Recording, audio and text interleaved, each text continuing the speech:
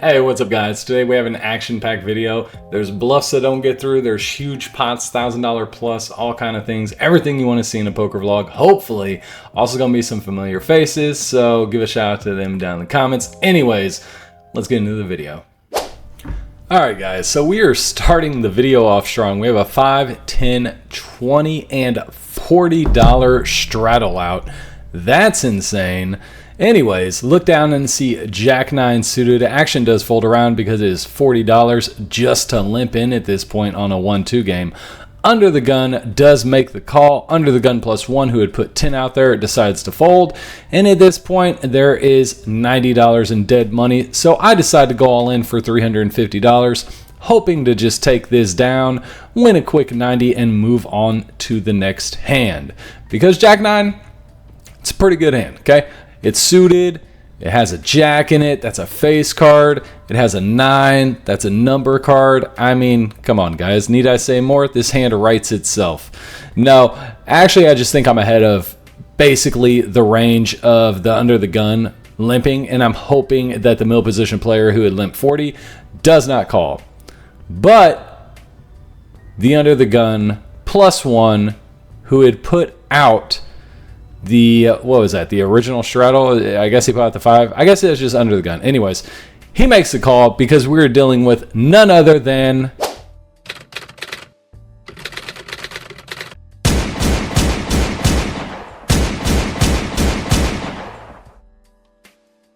yep, that's right, the gambler. He could have any two cards here. So you know, $350 flip. I have done this with him on multiple occasions on other vlogs. We did a $500 flip essentially. He has a habit of not looking at his cards, but as you guys can see, his luck is through the roof. He has cracked my aces before by not looking at his cards for $1,000 pots. Yeah, there's been a lot of things. Hopefully he's not that lucky this time. I just want to see a jack on the flop. Honestly, please dealer one time. Let's start this vlog off right. Flop comes out. Ace 3 4 with 1 diamond, not really feeling good, but the 8 of diamonds on the turn brings some hope in the river. Yes, king of diamonds, let's go. Jack high flush. He announces they looked at one card and he has a 4, so it is impossible for him to win. We are taking down this $750 pot to start the night. Not a bad way to start, and wait till you guys see the second hand. Let's go. Alright guys, we are already into the second hand. This is a double board Omaha bomb pot. Look down and see 5 4 3 king double suited, so not a bad hand. A lot of straight possibilities, got some flush possibilities. Granted, 5 of spades flush isn't too high in Omaha, but hey, we got a king high flush draw on the other one. And when the boards come out, deuce 7 ace with 2 spades up top and 5 7 king with 2 clubs on bottom. We flop 2 pair in bottom, flop a wrap up top and a flush draw. So yeah, it's looking pretty good. I lead out for $25. I'm in the small blind. Big blind makes the call. And once again, this is a hand where I'm kind of not afraid to get it all in and gamble. Middle position makes the call. Hijack makes the call. Action gets around to the cutoff player, who is, yes, of course, the gambler from the previous hand. He raises it up to $100. Button player gets out of the way. Of course, like I said, I am going to make this call because, yeah, I have a wrap, I have a flush draw, and I have 2 pair with a backdoor flush draw on the other board. So, in case you guys aren't familiar with Omaha, you have to use 2 cards. Basically, anything from a 3, 4, or 5 gives us a straight. Also, 6 will, improve us some 2 to give us more outs. But with that being said, the player to my left calls, and then middle position raises it up to $375. In case you don't know who this player is none other than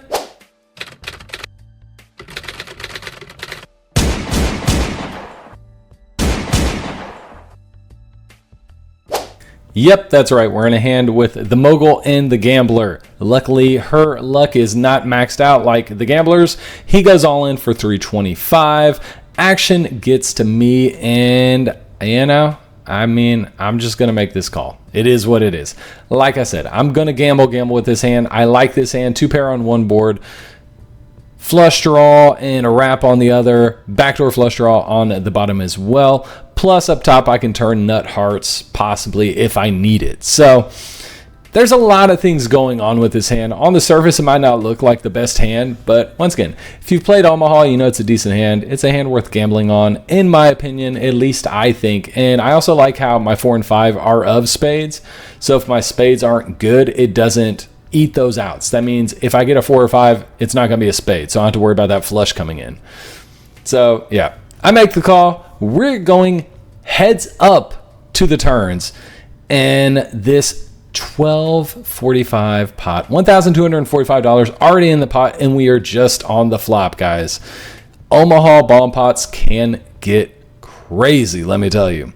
Turns come out and they are not too bad. When the top board comes the bink, that's right, 4 of hearts, bottom comes the queen of spades. So on the top board we have the nut flush draw along with the nut straight that we just binked. So top board I have completely locked up outside of chopping. Bottom board we still have 2 pair, but we have picked up the spade draw as well on that board.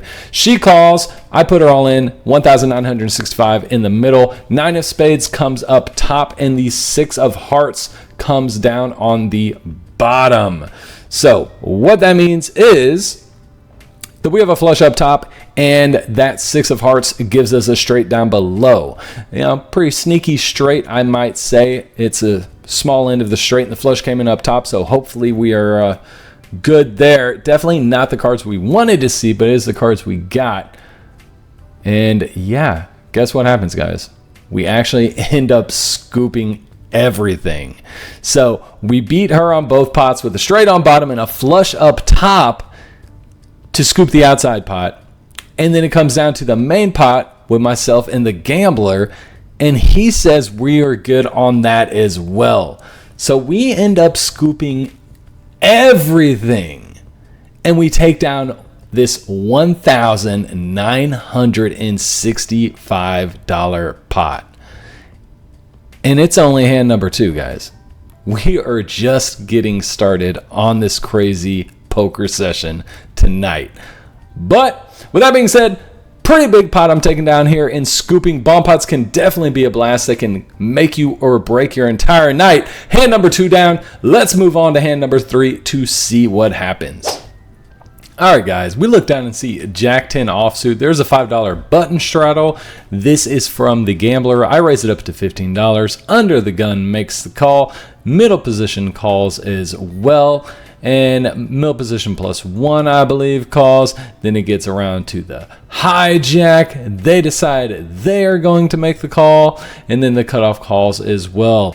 It is back on the button player, who is the gambler, and he makes the call. Also, pretty much everyone on the table has decided to call. That's what happens when you only make it 15 in this game. That being said, Jack 10 offsuit, not the best hand either. Suited would be much better. But that being said, flop comes out ace, deuce, queen. We flop a gut shot, and that is about it. Action does end up checking around, which brings the inconsequential 5 of hearts on the turn. But since action did check around, I feel like I have the green light to start betting at this pot and trying to take it down. So I bet $50, bet about half pot, which, you know, I bet with hands and I bet with bluffs, so I feel like that's fairly balanced. Plus, with all the, you know, passive action, I feel like this is good enough to get people to fold. You know, if they have a deuce or something like that, they'll fold. I feel like a queen will stick around. And, of course, the button calls because that's the gambler and that's what he does. River comes to 8 of diamonds, and at this point, I know I have to fire something decent. I cannot fire a small amount because he will call. We definitely have to bluff larger, so I go for around 3/4 pot. I decide to bet $150, and without much thought, the gambler says that he calls. He calls. So, yep. Don't try and bluff the gambler. That's my advice. Just play good hands. I'm an idiot. Anyways, putting off some money, losing this $505 pot. He did river 2 pairs. That made his decision easier. But with all that being said, a little bit of a punt there. Hopefully I do not continue to punt. Let's move on to the next hand and keep it going. All right, guys, we look down and see 7-5 of clubs, but do me a favor, 73% of you not subscribed. If you're not, please just drop a sub. It is free to do, does not cost you anything, and it will help out the channel a ton. With all that being said, I raise it up to $15. The button calls. 5-7 suited is a nice hand. Under the gun calls as well. And after a little bit of thinking, our action player, that's right, the middle position player in this instance, also known as the gambler, he eventually flicks in a few chips and decides to tag along with us. I believe his VPIP is probably 100%. So yeah, he plays a lot of pots. It is what it is. Flop comes out and it's not too bad. It comes out King Jack 4 with 2 clubs. So we flop ourselves a good old-fashioned flush draw. Action does check around, and I think this is a good time to start taking a stab at this pot and either try and build it for when we hit the flush or take it down with several streets of bluffing. That being said, I go for, once again, half pot, bet $30, under the gun calls, no big deal. We can shake him off later on.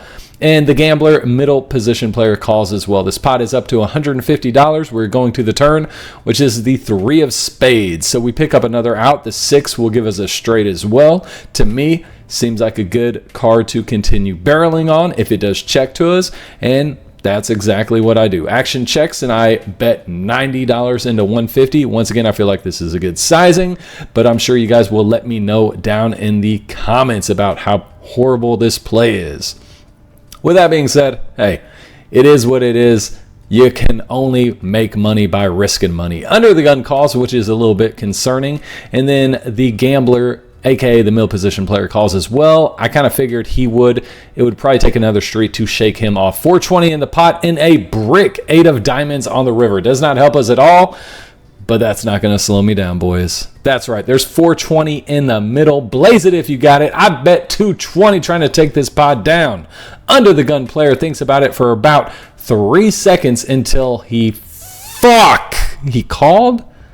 It was 3-barrel bluffed. Like, he called? What is that? He's got to have like 2 pair or something, right? All right, well, no position player folds. I let him know he's good, and he shows the amazing King 7 for a weak top pair. So, yep. On to the next hand.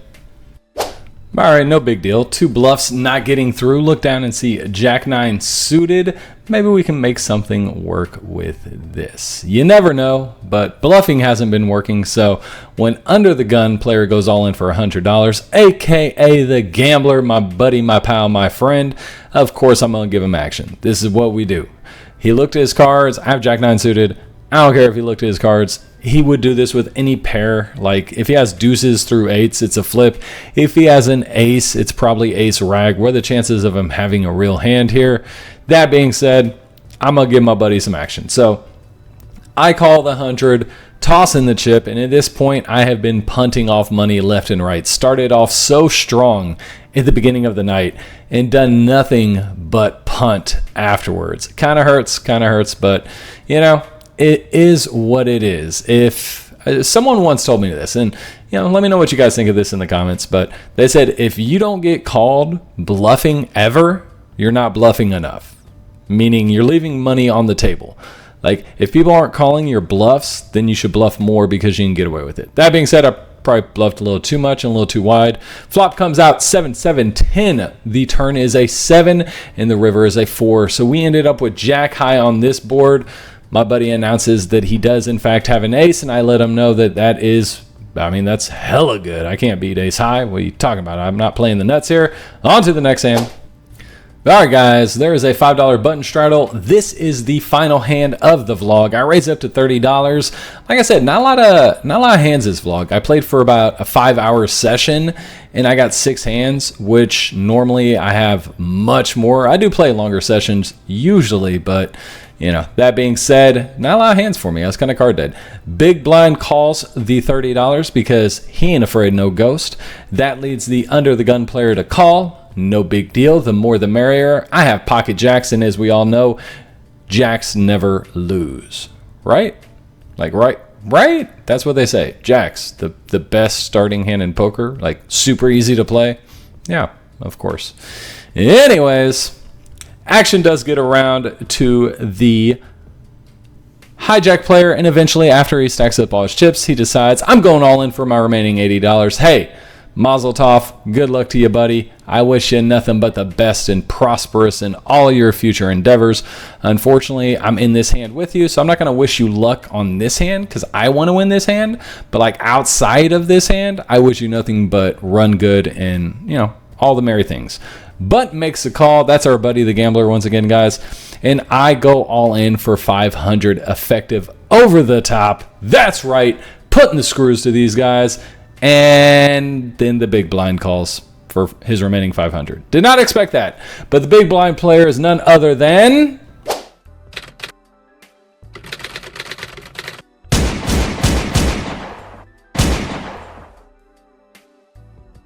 That is right, the OG is making an appearance on the vlog. He's been here all night, just haven't gotten into a hand with him. Luckily for us, he did not invest many of his skill points into luck either, so hopefully we can have these jacks hold. The OG did let me know that he in fact has ace king, so he was getting a little trappy pre-flop, and I fell right into the trap. That being said, this is a $1,000 flip with him, essentially, not to mention the extra money that is on the side, because of course the gambler called and he had 205 left. So yeah, 205 from him, 500 from me and OG. Other players in for 80. This pot's gotten quite large for a pre-flop pot in a 1-2 game. I don't know, guys. Maybe I'm just crazy. Maybe I feel like this game plays larger than a 1-2. Let me know in comments. Like, if you play a 1-2, 1-3 game, is this how they play? Is this like normal? Is this standard? I feel like we're crazy. I feel like we're a bunch of degens, but maybe this is just the norm. You know, maybe I'm the one who's crazy for thinking this is crazy.